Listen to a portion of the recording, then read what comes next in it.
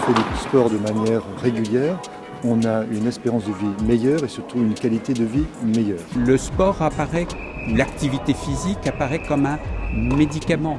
On soigne directement les causes du diabète avec une activité physique régulière. Sur le plan cardiovasculaire, on a également associé une amélioration des capacités cardiovasculaires liées à la pratique du sport. On améliore les anomalies des métabolismes des graisses, le cholestérol, les triglycérides. On a un effet positif sur l'hypertension artérielle. On sait très bien que certaines pathologies ne se déclenchent pas quand on bouge. Ça diminue les récidives et les décès. Ça c'est démontré pour les cancers du sein, les cancers du côlon, voire de la prostate. Donc le sport pour la santé, c'est bon et pour le cœur également. On soigne et on améliore l'estime de soi. Quoi de mieux pour un patient qui vieillit ?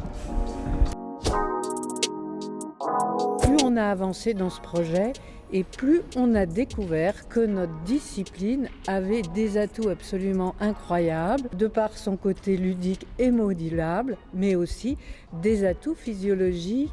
Et tant qu'on est dans le ludique, on ne pousse pas le cœur au maximum et le risque cardiovasculaire est très faible, avec des effets bénéfiques certains. On a besoin pour le diabète d'activités d'intensité modérée qui se font en aérobie, qui ne poussent pas l'organisme à son extrême. Et de ce point de vue, le tennis a des atouts. Et quelle que soit la pathologie cardiovasculaire, on a forcément un type de tennis que l'on peut pratiquer.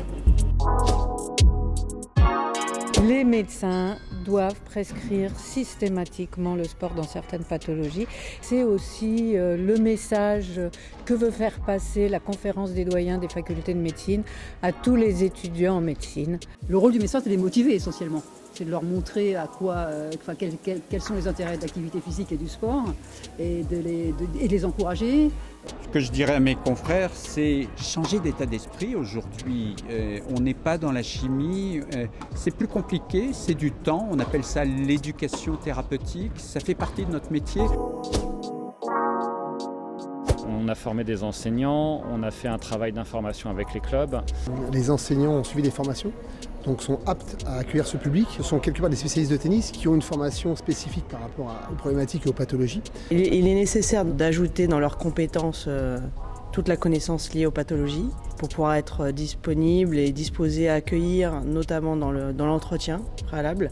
Le fait que les enseignants, quelque part, puissent développer une activité autre que ce qu'ils font à côté est source de motivation pour eux. On utilise un matériel qui existe déjà dans les clubs, qui permet d'avoir des cardiofréquencemètres, qui permet d'avoir du petit matériel médical. Ce n'est pas un surcoût pour les clubs, parce qu'on est déjà équipé pour pouvoir accueillir le public.